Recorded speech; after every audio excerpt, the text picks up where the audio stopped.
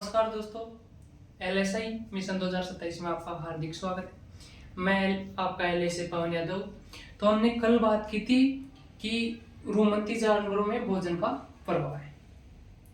आज हम बात करते हैं अरुमंती जानवरों में भोजन का प्रभाव। तो हमारा टॉपिक है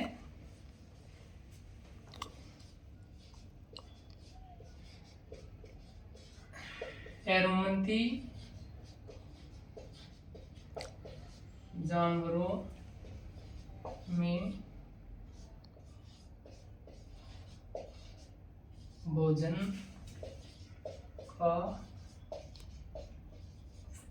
प्रभाव है।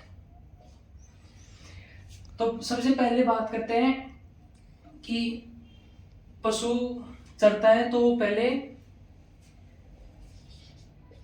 मुंह में जाता है, उसके बाद में यह जाता है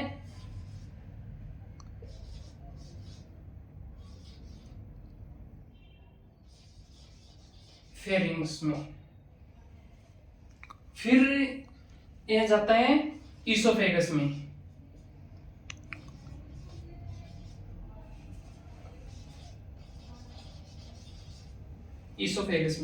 फिर ईसोफेगस से यह जाता है स्टोमच में,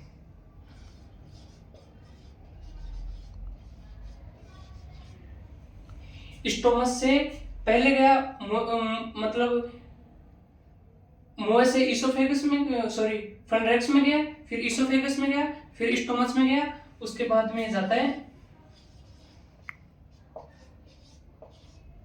छोटी आंत में, फिर यह जाता है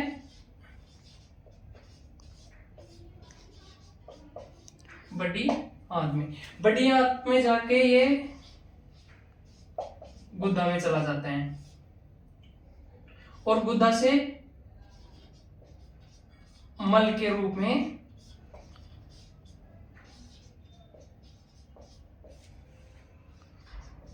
बाहर निकल जाता है।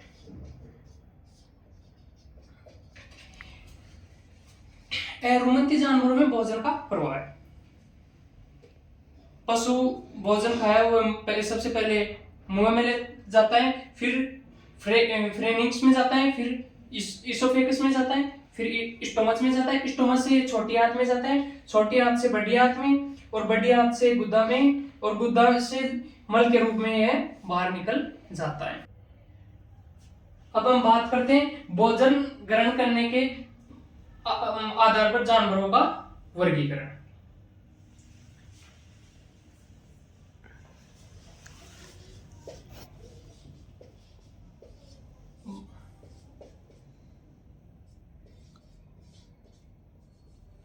ग्रहण करने के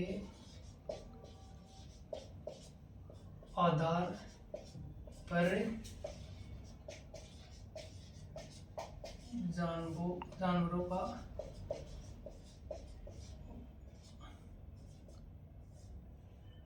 जानवरों का वर्गीकरण। तो जानवरों को 3 भागों में बताया है।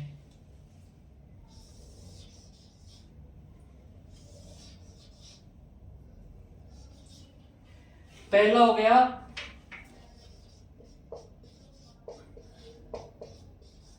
शाकाहारी, दूसरा हो गया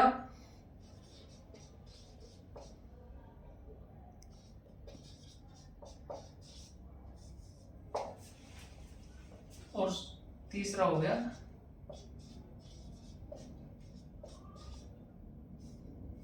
सर्वाहारी। शाकाहारी में जो जानवर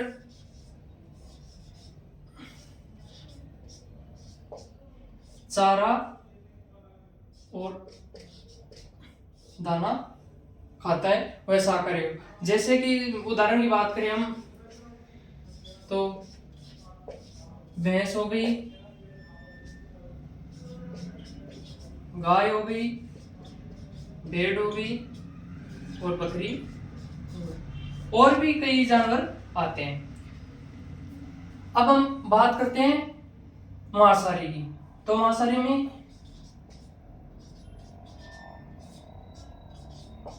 मुख्य भोजन और मीट हो गया। मांसाहारी में मीट हो गया। जैसे इनके उदाहरण की बात करें हम तो कुत्ता हो गया और बिल्ली हो गया। अब हम बात करते हैं सर्वाहारी की। इसमें मुख्य भोजन, इसमें पादप और मीट ये दोनों आ गए। इनके उदाहरण की बात करें तो ये हमारे को सुअर में देखने को मिलता है। भोजन ग्रहण करने के आधार पर जानवरों का वर्गीकरण 3 होते हैं, शाकाहारी, मांसाहारी और सर्वाहारी। अब हम बात करते हैं शाकाहारी, जो दाना और चारा खाता हो। उदाहरण की बात करें जैसे भैंस हो गई, गाय हो गई, भेड़ हो गई और बकरी हो गई। फिर हम बात करते हैं मांसाहारी। मांसाहारी में मुख्य भोजन मीट हो गया, जो कुत्ता और बिल्ली में और आदि कई जानवर आते हैं। अब हम सर्वाहारी की बात करें, ये मुख्य भोजन पादप और मीट दोनों आते हैं, तो इसका एग्जांपल हो गया सुअर। अब हम बात करते हैं जानवरों के उपनाम की। तो नोट लगाकर सबसे पहले हम याक की बात करते हैं। तो याक को हम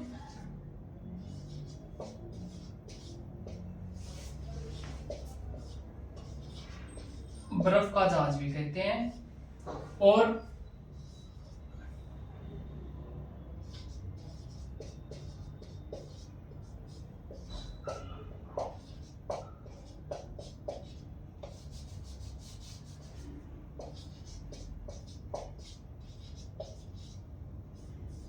पहाड़ों का नारियल कहते हैं। याक को बर्फ का जहाज कहा जाता है और पहाड़ों का नारियल कहते हैं। अब हम बात करते हैं शाकाहारी जानवर की।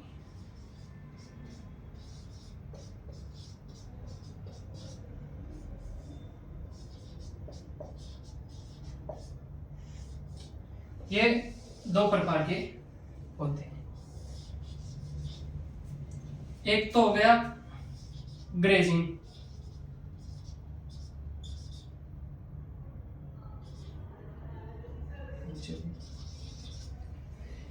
और दूसरा हो गया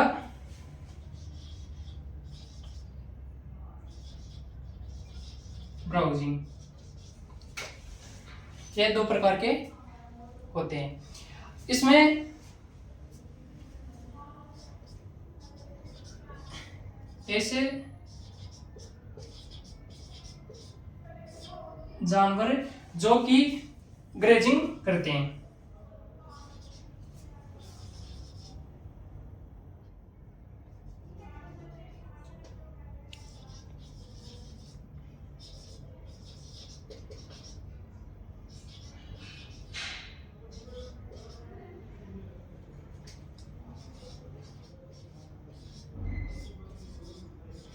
ऐसे जानवर जो ग्रेजिंग करते हैं, जो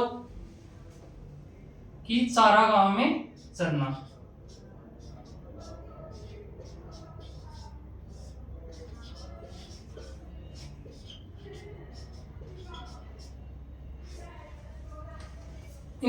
इसके उदाहरण की बात करें तो जैसे कि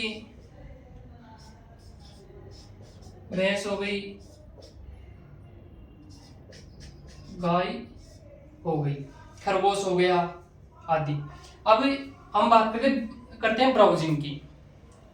ऐसे जानवर जो ब्राउजिंग करते हैं।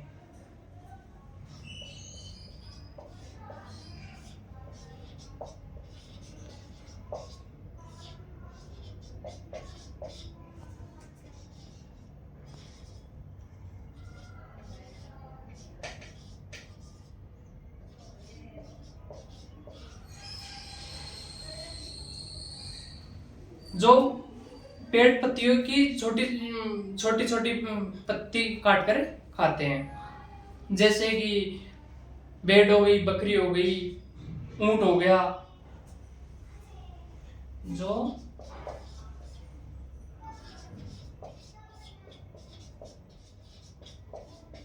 पेड़ पौधों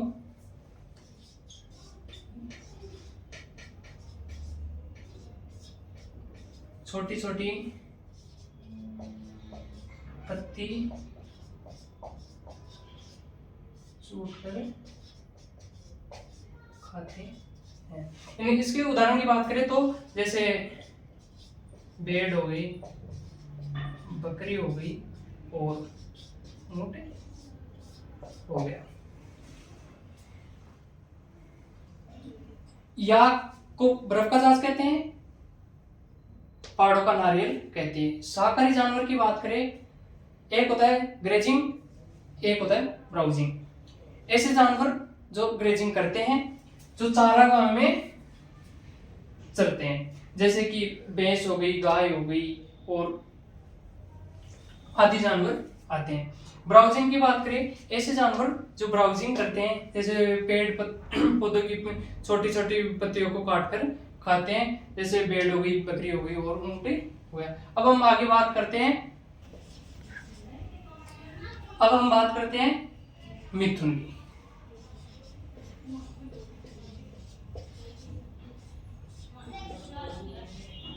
इसको पहाड़ों की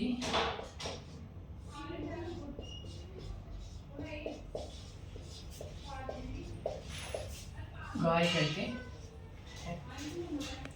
अब हम बात करते हैं ऊंट की।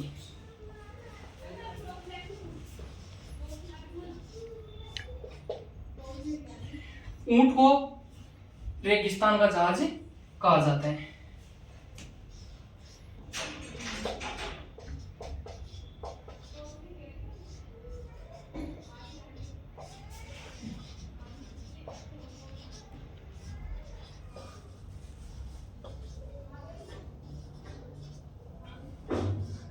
और ये राजस्थान की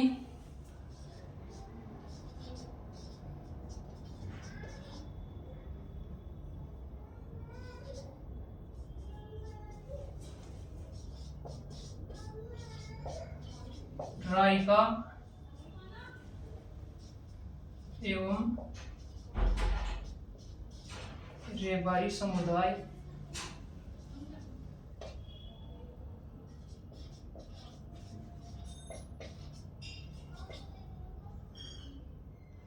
में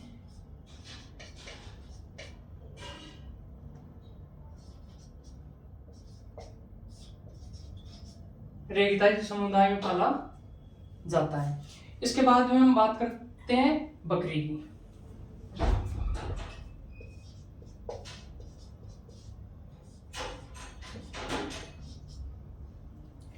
बकरी को एक तो कहते हैं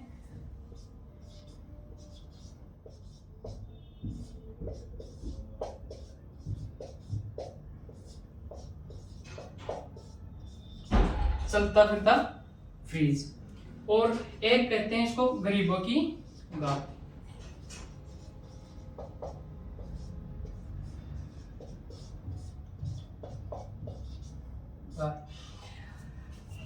अब हम आगे बात करते हैं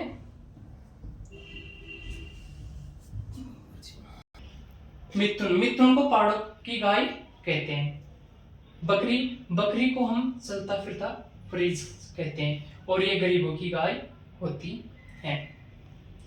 बकरी का हम कभी भी किसी भी टाइम दूध निकाल सकते हैं, इसलिए इसको चलता फिरता फ्रीज कहते हैं। अब हम बात करते हैं ऊंट की। ये रेगिस्तान का जहाज होता है। ये राजस्थान की रायका और रेबारी समुदाय में पाला जाता है। अब हम बात करते हैं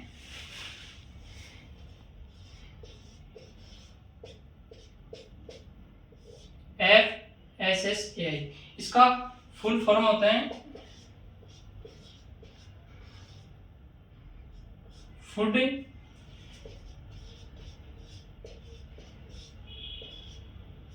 food safety end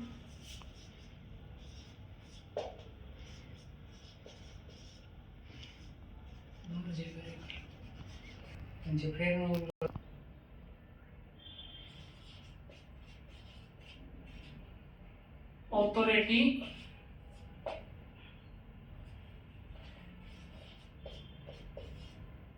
of India, ये इसका फुल नेम हो गया, food safety and standard authority of India. अब हम इसमें बात करते हैं हिमालय में याक की।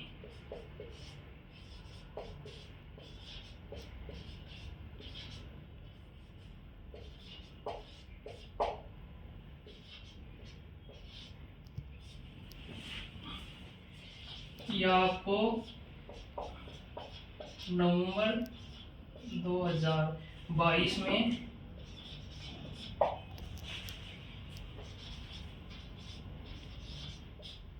मीट,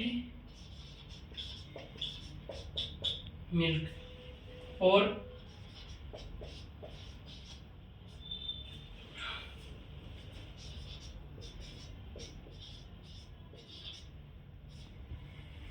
मिथुन को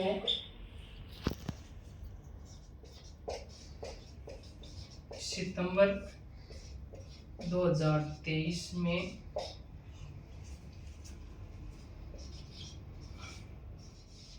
मीट, इन दोनों को